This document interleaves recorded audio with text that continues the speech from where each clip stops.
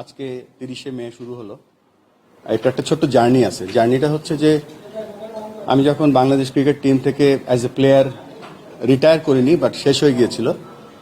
তারপরে গত 18 বছর আমি এই 19 বছর ধরে আমি এই ক্রিকেট উন্নয়নের কাজ করে যাচ্ছি আইসিসি এবং এসসিসিতে।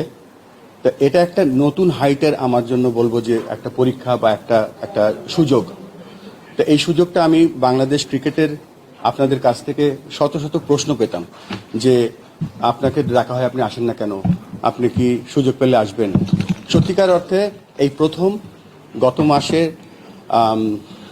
এপ্রিল মাসের শেষের দিকে আমি একটি কল পাই আমাদের ন্যাশনাল স্পোর্টস কাউন্সিল থেকে, এবং বলা হয় যে আপনাকে একটা সুযোগ দেওয়া হবে, আপনি কি সুযোগটা গ্রহণ করবেন।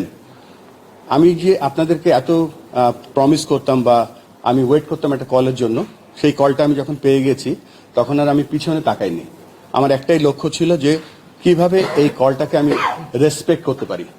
তারপর পর্যায়ক্রমে আজকে 30শে মে আমাকে আমাদের সম্মানিত ক্রিকেট বোর্ডের ডাইরেক্টররা আমাকে নির্বাচিত করেছেন, এবং আমি এই কলটা পেয়েছিলাম আমাদের সম্মানিত স্পোর্টস উপদেষ্টার কাছ থেকে, এবং আই ওয়াজ অনার্ড যে এরকম একটা কল তিনি আমাকে করেছিলেন। আর তার ফলশ্রুতিতে আজকে একটা বড় দায়িত্ব পেয়েছি, যে দায়িত্বটা হচ্ছে বাংলাদেশের ক্রিকেট না, ক্রিকেট ইন বাংলাদেশ। বাংলাদেশে কি ক্রিকেট আছে সেটা আমরা চেষ্টা করব আরো সামনের দিকে এগিয়ে নিয়ে যেতে।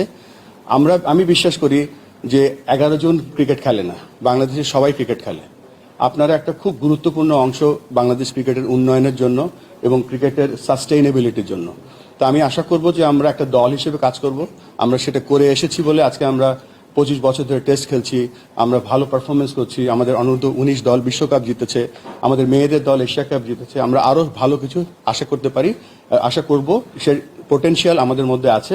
এবং এই জন্য কথাগুলো বললাম যে আমরা সকলে একটা টিম, আমরা সকলে বাংলাদেশকে সাপোর্ট করি, এবং let's work together to bring Bangladesh cricket in a different height.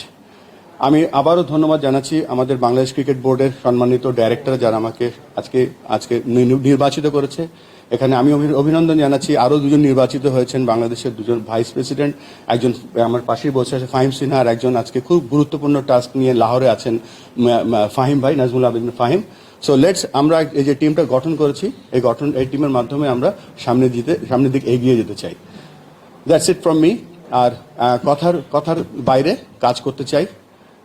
বেশ কিছু কাজ আমরা প্ল্যান করছি, এবং সেই কাজগুলো যেন আমরা বাস্তবায়িত করতে পারি সেই সাহায্য আপনাদের কাছে চাচ্ছি। Thank you.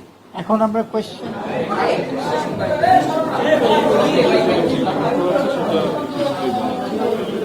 হ্যাঁ, আসসালামু আলাইকুম। আপনাদের কাছে আজকে আমরা এসেছি, কিছু চেঞ্জেস এসেছে সেই জন্যে। আমাদের গতকাল একটা জুম মিটিং হয়েছে, যেটার কারণ ছিল যে আমাদের ন্যাশনাল স্পোর্টস কাউন্সিল থেকে আমরা দুটো চিঠি গতকাল পেয়েছি।